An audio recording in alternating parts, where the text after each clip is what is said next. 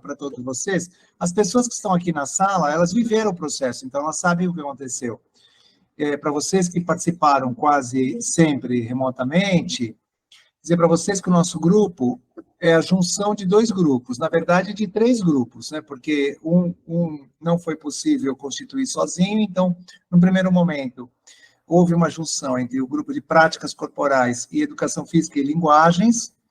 e aí a Mônica Caldas, a Mônica e eu entendemos que seria adequado trabalhar nesse semestre de forma agrupada, por conta de questão de horários, de organização. Nesse momento, o Marcos Bortoleto está fora do Brasil também, então haveria alguma dificuldade com as conexões. Então, nós trabalhamos práticas corporais, educação física como linguagem e planejar, desenvolver e avaliar. E fomos muito, como eu já disse, favorecidos com a presença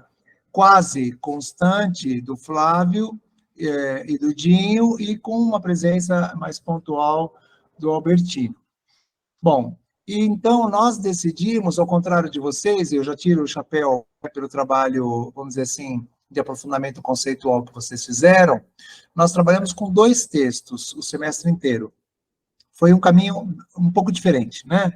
E nós iniciamos com aquele texto que todos vocês conhecem, que é o texto que está no livro que o João Pedro já mencionou, no Epistemologia e Didática do Currículo Cultural, é aquele capítulo que discute conceitualmente a educação física na área das linguagens, e aí aconteceu um fato na primeira reunião,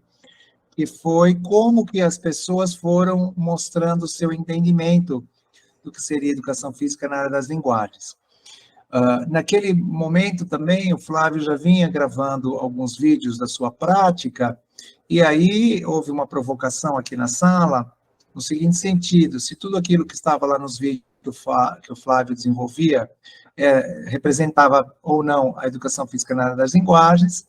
e também se tudo que o currículo cultural faz é educação física na área das linguagens. Então, nós usamos várias reuniões para fazer essa discussão, sem o objetivo de alcançar uma conclusão do que seria ou do que não seria, mas muito mais apostando no debate mesmo e na troca de experiências. Até que o Flávio gravou um vídeo, e o nome do vídeo foi Aprofundamento. Então, a tarefa foi que a gente assistisse o vídeo naquela semana e depois fizesse uma análise do vídeo aqui conversando com o Flávio.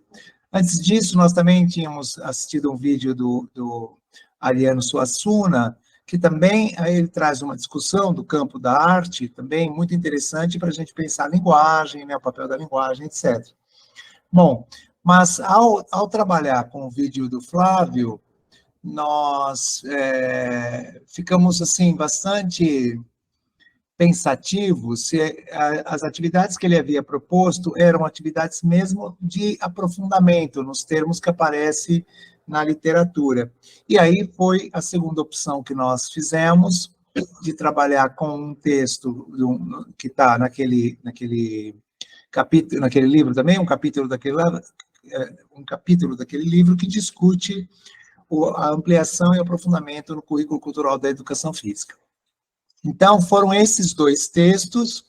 e foram essas as discussões.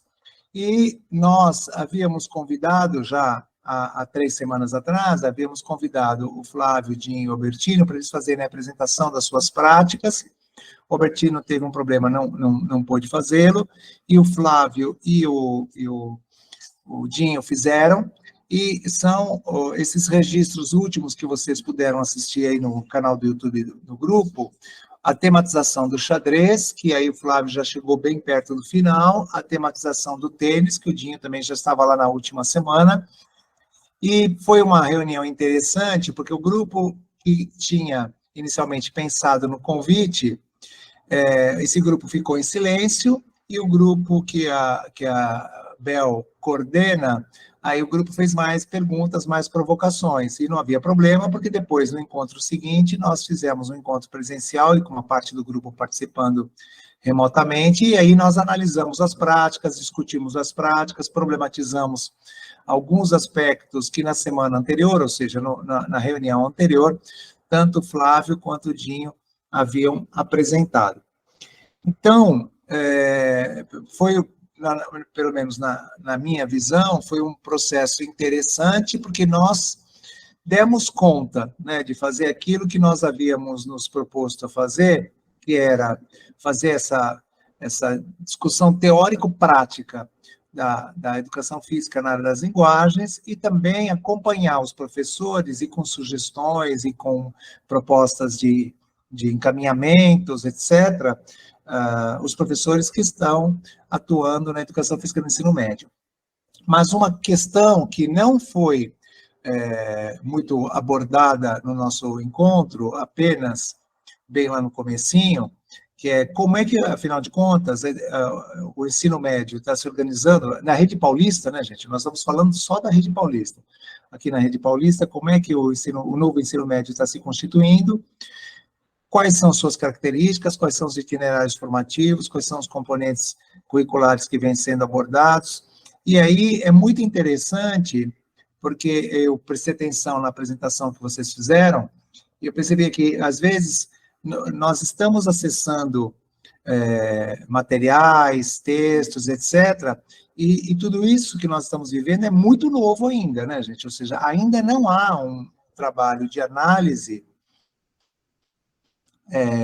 feito com professores ou com estudantes de quem está vivendo o ensino médio, ou seja, nós não temos ainda nenhum estudante formado no novo ensino médio. Isso vai acontecer no caso do Estado de São Paulo, agora no final do ano. Então, nós estamos vivendo o nosso objeto de pesquisa no mesmo momento que ele está acontecendo, né? Então, acho que é um processo interessante enquanto política pública, enquanto construção de conhecimento. Bom, acho que